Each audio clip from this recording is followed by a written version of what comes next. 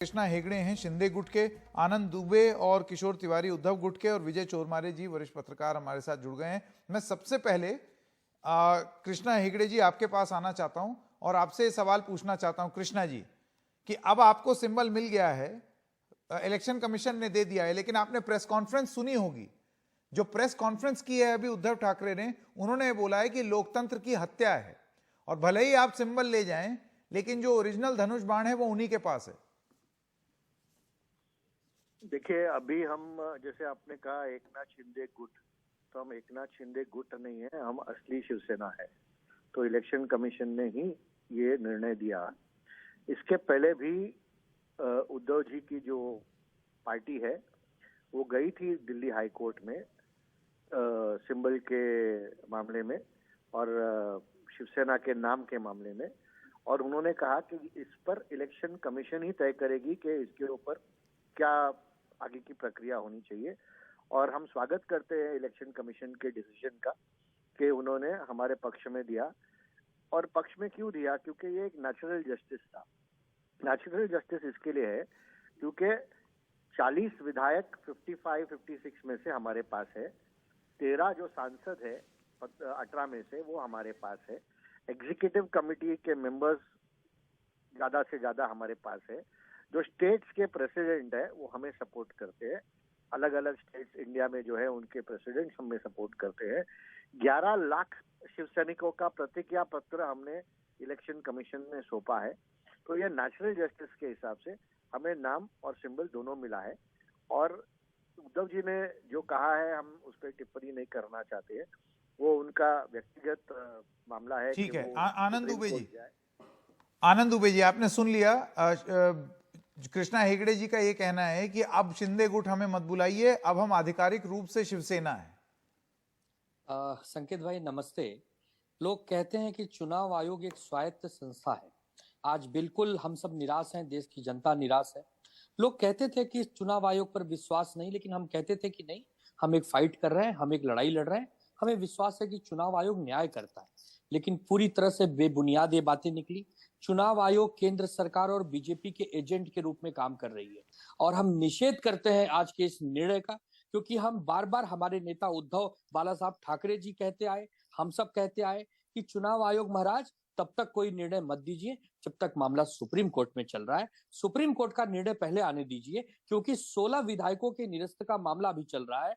Party किसकी है किसकी नहीं इस पर बहस करवाइए, सब कागज पत्र जमा करेंगे, एक समय आएगा उस पर भी निर्णय होगा। लेकिन आनंद फानन में जो टाइमिंग आज दी है, कल अमित शाह जी का महाराष्ट्र में दौरा है, आज यहाँ पर इन्होंने निर्णय हमारे खिलाफ दे दिया। अब आप देखिए कि महानगर पालिका का सामने चुनाव है, सुप्रीम कोर्ट में मामला पेंडिंग है। हम क्या कहें, ये चुनाव आयोग की पारदर्शिता पर सवाल है, चुनाव आयोग की विश्वसनीयता पर सवाल प्रश्न चिन्ह खड़ा होता है। कल को तो कोई भी पार्टी में एमपी एमएलए यदि निकल गए और वो बहुत पैसे वाले हैं तो मुख्यमंत्री बन जाएंगे, मंत्री बन जाएंगे, किसी के साथ सरकार बना लेंगे। तब लोकतंत्र का अर्थ क्या रहा संकेत भाई? हम दुनिया का सबसे बड़ा लोकतंत्र है, हम दुहाई देते हैं डॉक्टर बाबा साहब अम्बेडकर द्वारा लिखे संविधान की, लेकिन आज सब विफल नजर आ रहा है। आज केंद्र सरकार और भाजपा ने पूरे लोकतंत्र को अपने हाथ में रख लिया। यहाँ तक कि चौथा स्तर मीडिया भी अब उससे अछूता नहीं है, उन पर भी दबाव है। ठीक है, विजय चोरमारे जी वरिष्ठ पत्रकार भी हमारे साथ जुड़े हुए हैं। विजय जी आप किस तरीके से देखते हैं?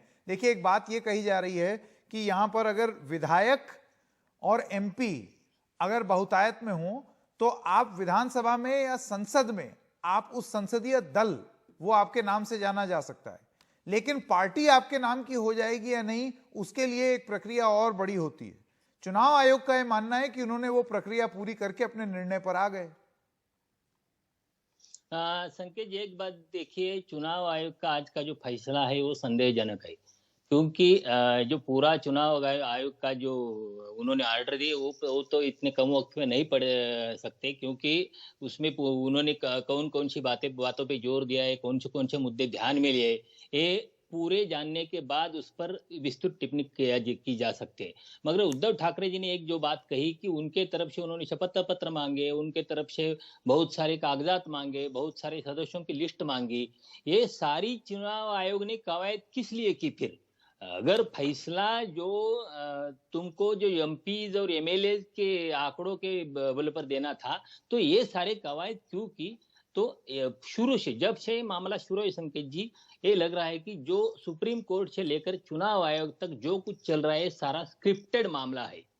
एक बात देखिए कि पहले जब रमन्ना चीफ जस्टिस थे तब उन्होंने चुनाव आयोग को मना किया था कि जब तक ये केस सुप्रीम कोर्ट में पेंडिंग है तब तक आप इसकी सुनवाई नहीं कर सकते। बाद में वो गए, चंद्रचूड़ साहब आए, चंद्रचूड़ साहब ने वो कह दिया कि वो ठीक है, चुनाव आयोग एक स्वायत्त संस्था है, वो उनकी सुनवाई कर सकते हैं।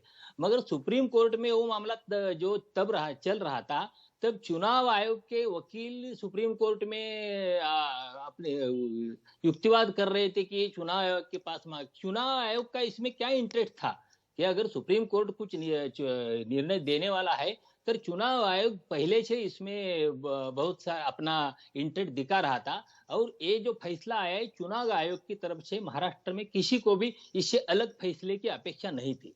ठीक है, ठीक है किशोर तिवारी जी, मैं आपके पास आना चाहता हूं और आपसे ही पूछना चाहता हूं, तो अब क्या माने कि अब सारी उम्मीद सुप्रीम कोर्ट से?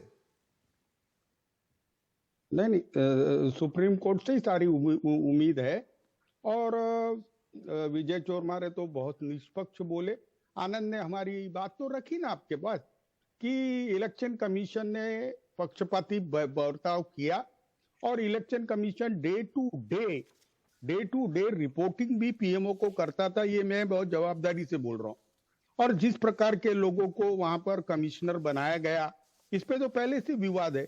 लेकिन इतनी सारी चीजें बुलाकर कह देना कि एकनाथ शिंदे की शिवसेना ही शिवसेना है, तो बहुत बड़ी बात है। एक गठ जो बीजेपी के दबाव में, स्वायत्त संस्थाओं के दबाव में और भारी मात्रा में 5,000 करोड़ के खर्चे करा के तोड़ा गया और पार्टी तोड़ी गई और पार्टी का टूटा हुआ घड़ा ओरिजिनल पार्टी बन जाता है केवल बिकाऊ लोगों से, तो ये गलत है।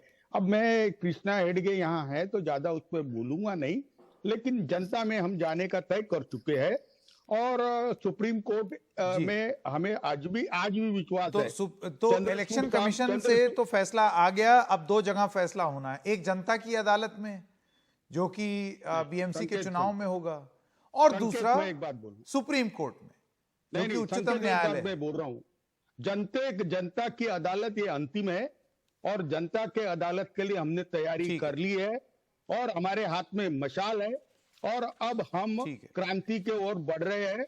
ऐसा कभी नहीं हुआ। ये तो चलिए अब देखते हैं कि कौन कितनी क्रांति लाएगा। कृष्णा हेगड़े, आनंद दुबे, किशोर तिवारी और विजय चोरमारे जी, आप सब लोगों का बहुत बहुत धन्यवाद इस खबर में हमारे साथ जुड़ने के लिए।